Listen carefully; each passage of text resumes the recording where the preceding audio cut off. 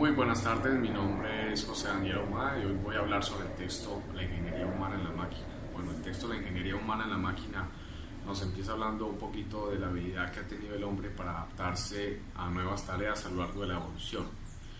El texto gira en torno al binomio hombre-máquina, o también conocido hombre-operario. Por parte de la máquina se tienen diferentes asistencias como la hidráulica, neumática, eléctrica y servotransmisores. Se dice que la máquina es un ingenio casi perfecto, sin llegar a ser superior al hombre. Pero hay una pequeña contradicción, hay algo muy curioso respecto al texto, que se dice que el hombre está sometido a peores condiciones de trabajo que la propia máquina. Un ejemplo puntual de eso es la temperatura de trabajo en un motor.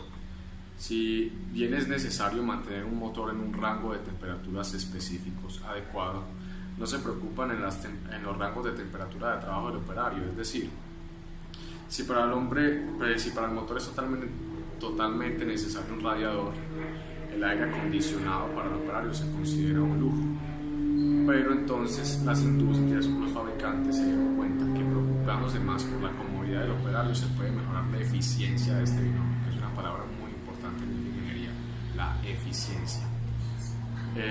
Ejemplo de esto es el interés que se vio en los fabricantes de maquinaria agropecuaria, como tractores y diferentes camiones, para mejorar la comodidad del operario. Se hicieron múltiples estudios en la posición de manejo del operario, tanto como en la posición de respaldar, la profundidad de los pedales, la presión que era necesaria para accionar los pedales. Incluso se tuvo en cuenta la comodidad para subir e ingresar a la máquina. Por lo general eran máquinas bastante altas y hay que subir un par de escalones para llegar hasta la posición del conductor. Un ejemplo más de esto fue un intento del ejército de Estados Unidos por fabricar un exoesqueleto, un esqueleto exterior para los soldados que le pudiera levantar grandes pesos comparados a su propio peso corporal. Si bien el programa tenía muchas dificultades, los resultados eran bastante interesantes. En la primera parte nos hablaban de algunas de las consideraciones a tener en cuenta en un diseño ergonómico. Nos hablaban de la posición del asiento, el respaldar de la silla, la distancia del volante, de la presión de los pedales, entre unos pocos otros. Sin embargo, hay muchos más factores a tener en cuenta en el diseño de una buena máquina.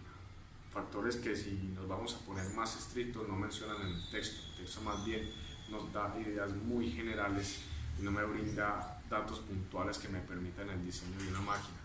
Cosas que sí se encuentran en otro texto, tales como son los factores de seguridad, factores que me involucran la accidentalidad, todo lo que tiene que ver con trabajos a grandes alturas, máquinas de corte, máquinas en movimiento, piezas pesadas, y también otros factores como lo son los factores de orden físico, por ejemplo la calidad del aire, la luminosidad, si hay agentes químicos en el aire, si está el operario sometido a radiación, entre muchos otros.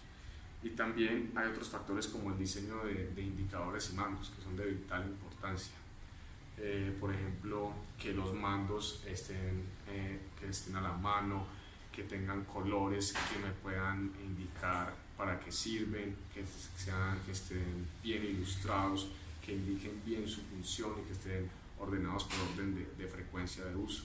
Que todos los mandos sean muy intuitivos en general para cualquier usuario. Y finalmente algunos factores como son las condiciones de trabajo. En algunos trabajos, por ejemplo, es necesario mantener una muy buena comunicación.